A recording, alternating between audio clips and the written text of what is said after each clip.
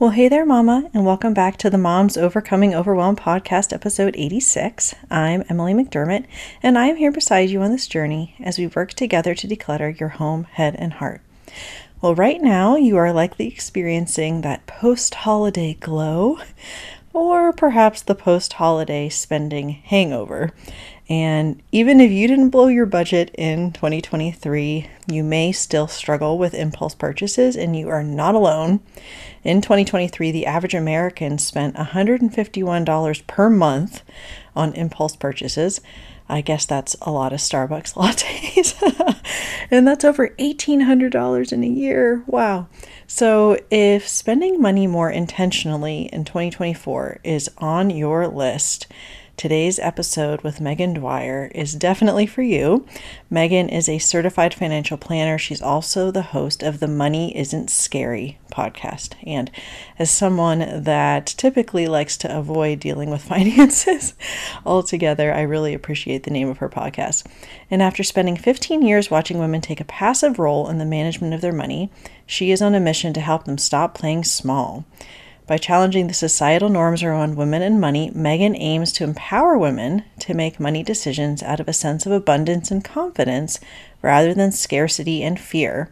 And when she isn't working, she loves running, writing, and being mom to her 2 young boys.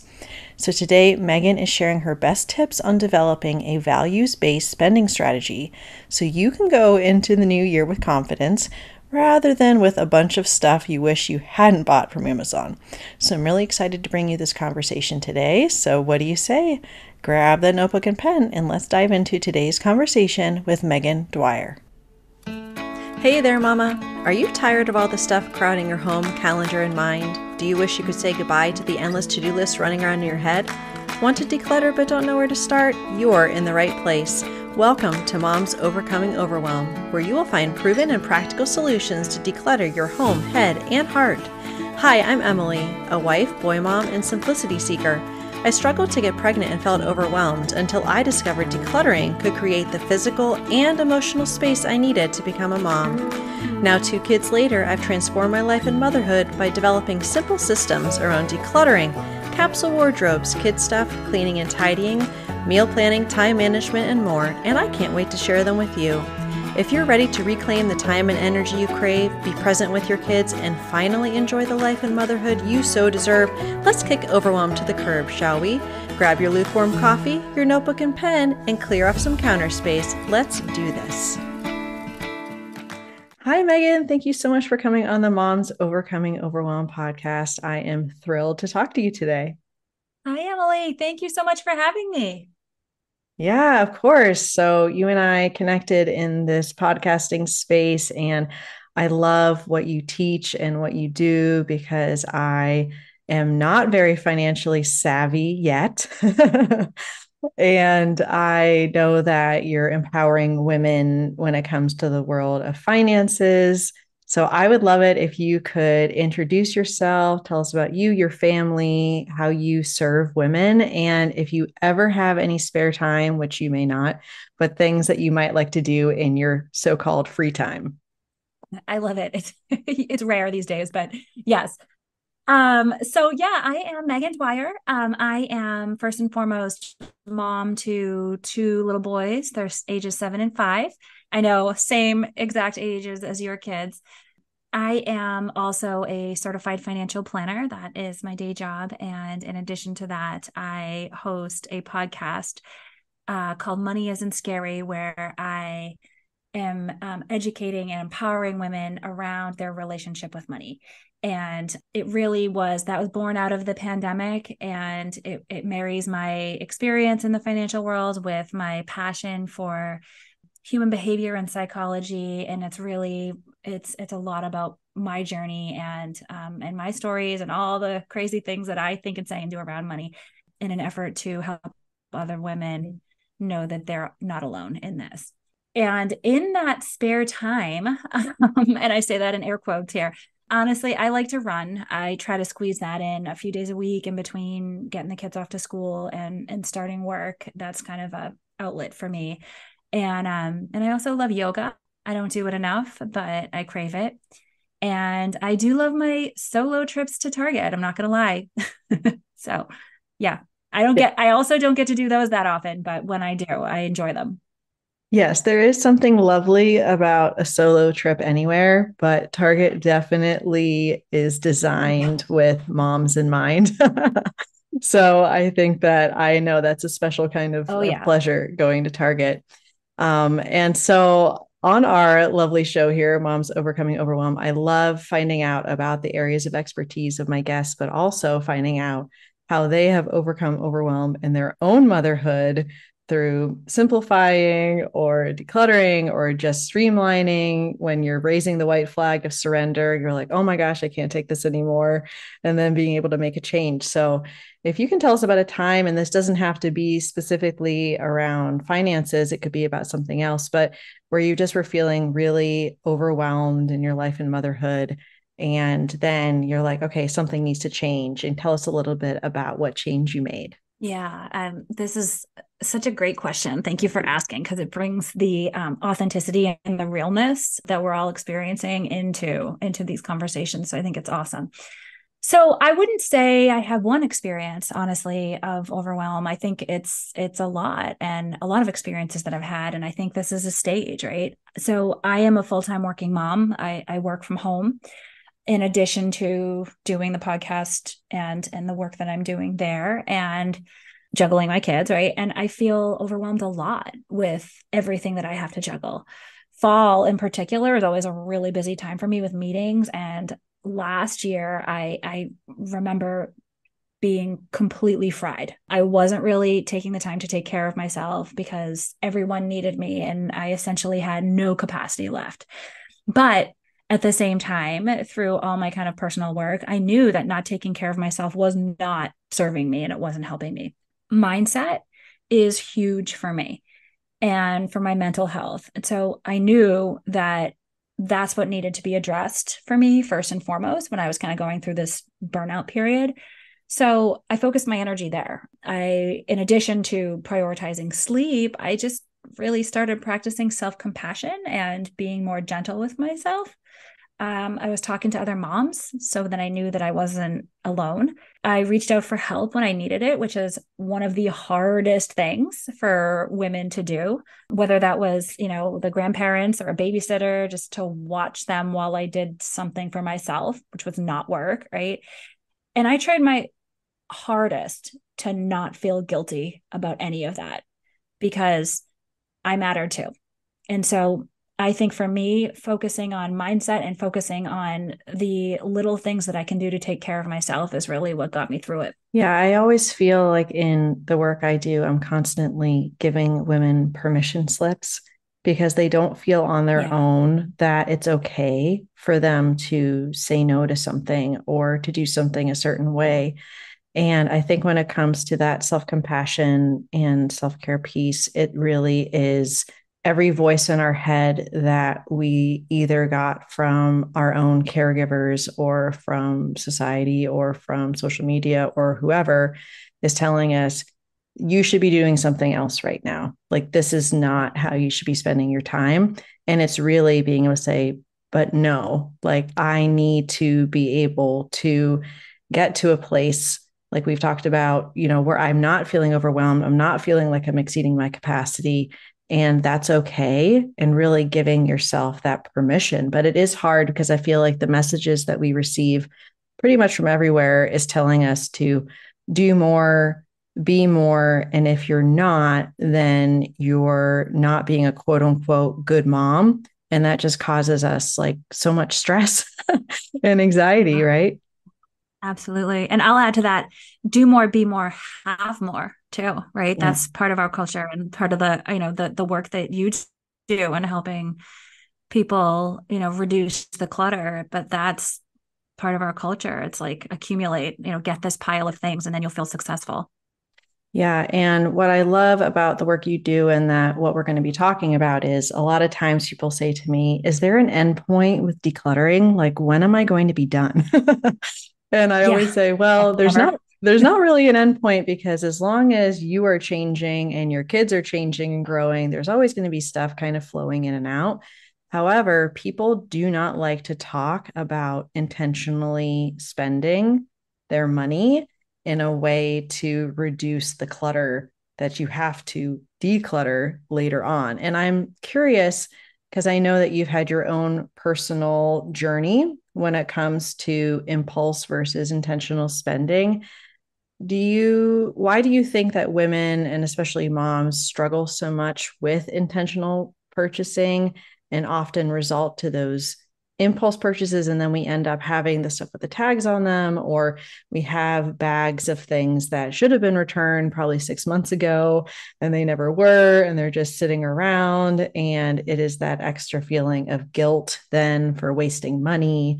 So why do you think it is so difficult for us to be intentional spenders and maybe more emotional or impulse spenders? Can you talk about that?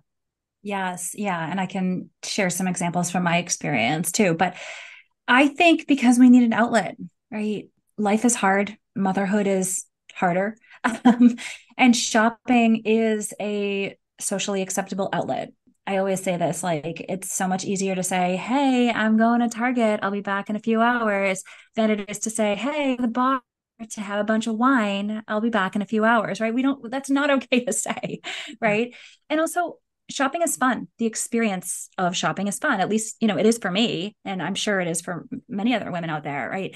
There's something about like not knowing what I'm going to find that's exhilarating, right? And there's the rush that we get from buying something, and especially buying something when it's on sale. I have a whole episode of the podcast that I did on that topic specifically, that kind of like adrenaline rush we get on for buying things on sale.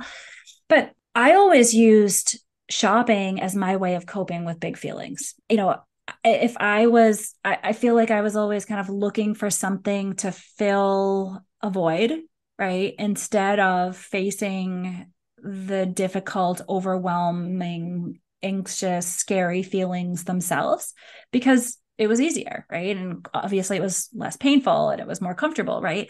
And I started this podcast in 2020 when I was working full time from home. My husband had lost his job, and I had a 3 and a 1 year old at home. And I was doing a lot of online shopping, literally like buying shoes that I didn't need because I wasn't going anywhere. Because in my head, I imagined myself wearing those shoes somewhere else, literally anywhere else than I was at that moment, because that moment was too much for me. There was so much uncertainty in what was going on in the world around me and in my life, and that scared me so much. But here's the thing I learned: new shoes or a new bag or a new dress aren't going to make it all go away. It's honestly just probably going to make you feel more shame, right? Because you're spending money on something that maybe you didn't need in the first place, and you probably aren't going to use more than once, right? So I think I learned through a lot of introspection that it's never about the thing, that physical thing that we're purchasing. It's always about the feeling behind the thing. And the only way through those uncomfortable feelings, which are part of being a human, is through. Shopping isn't going to make it all go away. You've got to work to work through them. And that's the hardest part. And unfortunately, it's the part that so many of us avoid doing. And I'm trying to not. I'm trying to change that so that, I can encourage women to start to lean into the discomfort more. Yeah, you bring up something that really makes me think also about the intersection of impulse shopping and distraction, and Mm-hmm. also having everything so readily available to us. So I think about, and you and I are similar in age, the generation of our grandparents, our grandmothers specifically. And at least from what I understand, they maybe went shopping 4 times a year when the seasons would change. Okay. Yeah. And Yep. then now it's you can get something delivered to your house in an hour. And so when you are dealing with uncomfortable feelings, think about my grandmother on a farm. How does she deal with uncomfortable feelings with 4 kids being like 5 years apart? I'm not 5 years apart. 4 kids in 5 years is what I meant to say. Right. Yeah. And what do you deal with it? She didn't drink. They had farm food, like they ate pretty healthy. It wasn't like she was grabbing, the emotional eating chocolate or whatever. Right. She had her Yeah. faith. She had, other people in her village. She didn't have Instagram ads. She didn't have Amazon 1 hour delivery. She had to go through the discomforts of motherhood, of which I'm sure there were plenty. And it wasn't that shopping was the answer, but now it has just exponentially Yeah. changed for us. And we have people that are given or are paid a lot of money to get things in front of our eyeballs at all times to make us think this is the thing that's going to make me feel better right now when my Yep. kid is screaming at me and I need to escape and I don't have anywhere to go. So I Mm-hmm. have nowhere to go. So I'm going to go on my phone because at least that is like the perception of being somewhere else than the Mm-hmm. reality of a screaming kid melting down, which I know you and I have experienced that many, many times. And I have done exactly that, gone onto my phone to just zone out, right? To just Yeah. mentally separate myself because it's like being in that moment is so hard. Mm-hmm. And I'm not giving parenting advice at all here because believe me, I need it probably more than most. But I do think that again, the only way out is through. And if you sit there and work through the tantrum instead of kind of separating yourself, both mentally, physically, from that experience, I think there's benefit for both you and your kid on the other end of it. But yeah, and it's funny how what you said, shopping experience and how different that is. What came to my mind as you were talking about that, yes, we can shop online, shop 1 hour delivery, things are instantaneous right now. I even think about when you walk into a physical store now, a lot of times you have like that line with almost like a mini store with like many things before you get to the checkout line. Yeah. And I just think like that is such an impulse grab. Like that is such a thing. It's like the equivalent of going to the grocery store and grabbing like the candy at the checkout line because it's right there. But this is like more of that. It's like Yeah. another way of sort of like quickly just grabbing something at the last minute and talk about impulse. It's like our culture again, the more stores that are doing this obviously is it's a cultural thing. It's like they're setting us up for that. Yeah. And unfortunately, it's our job to have that awareness and pull ourselves kind of away from it and recognize that. So it's something that I think is really, really important and things that I talk about a lot and kind of how do you work through that process yourself. Yeah, I love that. And it's actually sometimes putting on like physical blinders on the Yeah, sides. absolutely. I'm thinking of like your Marshalls or like a TJ Maxx or something where you Yeah. have Old all of Navy this does stuff, it. Old Navy, Yeah. and it is just like prevalent and it's just kind of what we're used to. But what I would love for you to talk about, what we talk a lot about here on the show, is living in alignment with your values and what is most important to you. And you talk a lot about having a values based spending strategy. So Yeah. it's easier, it's still hard, but it's easier to put those blinders on because you can recognize anything that is I'm in my peripheral view is not in alignment with the values that I have and this values based spending strategy that is reflective of what matters most to me. So, can you talk a little bit about how an overwhelmed mom who maybe struggles with these impulse shopping tendencies can develop a very simple values based spending strategy? Yeah. And what I'm going to talk about here is all the soft stuff. This is not about numbers. I'm not going to give you Yeah. budgeting tools or tips because that's not what I am about, right? I can do that and I'm happy to talk through that with you, but this is not the conversation that I want to have with people.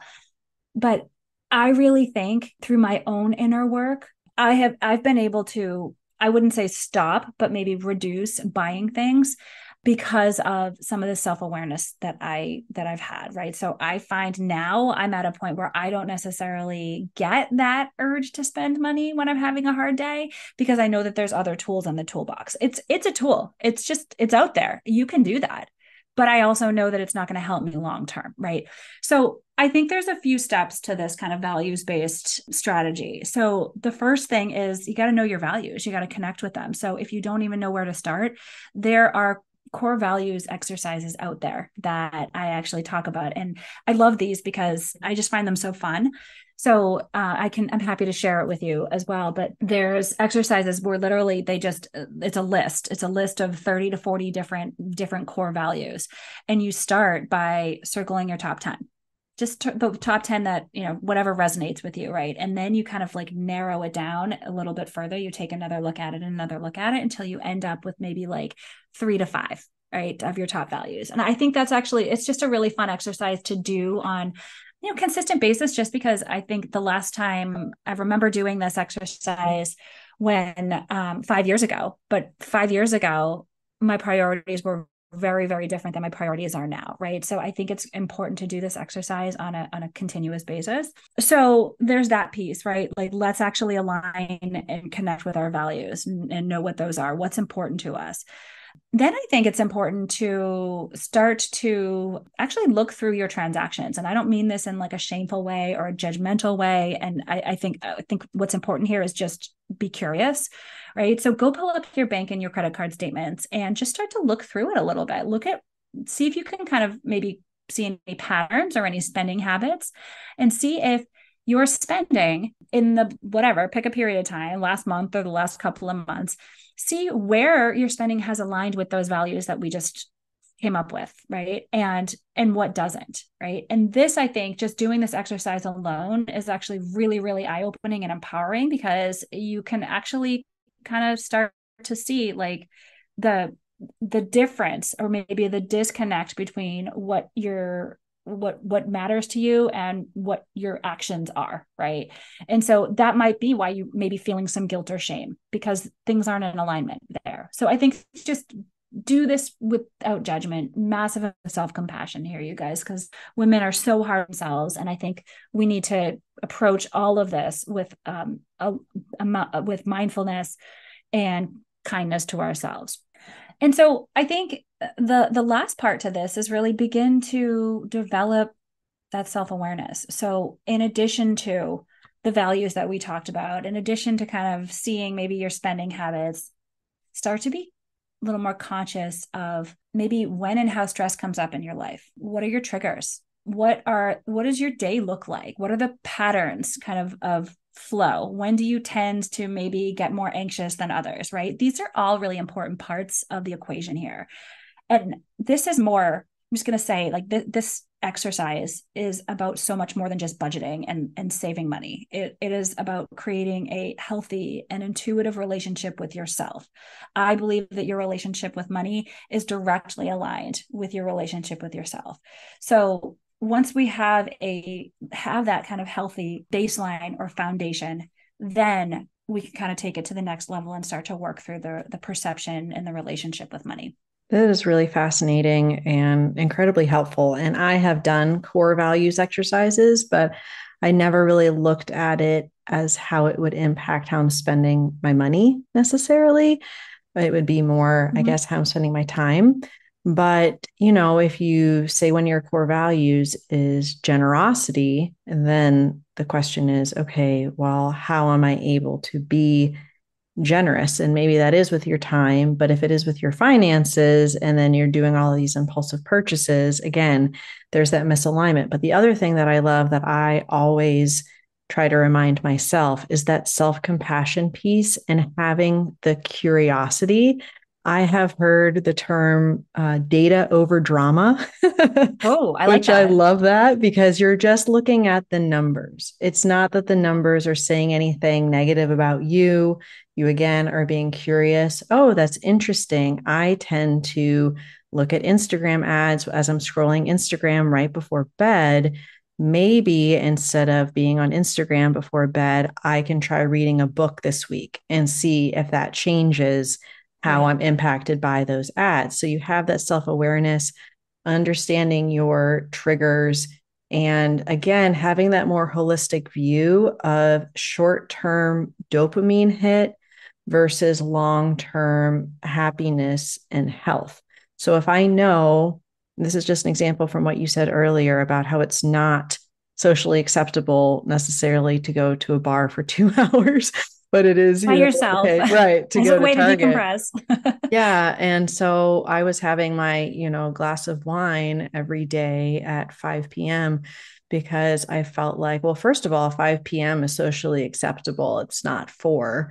And Yeah. second of all, I've had a really crazy day. And so this is how I'm going to unwind. Well, I noticed it was messing up my sleep just constantly. And as I get older, sleep also really shows on my face whether I get sleep or not. And I Yeah. was like, Yeah. okay, I have to look at the long term. In the short term, yes, it is an enjoyable in the moment and calming me, or so I think. But long term, it was messing up my ability to fully rest and sleep. And so I had to make a decision about that short term gain versus long term health.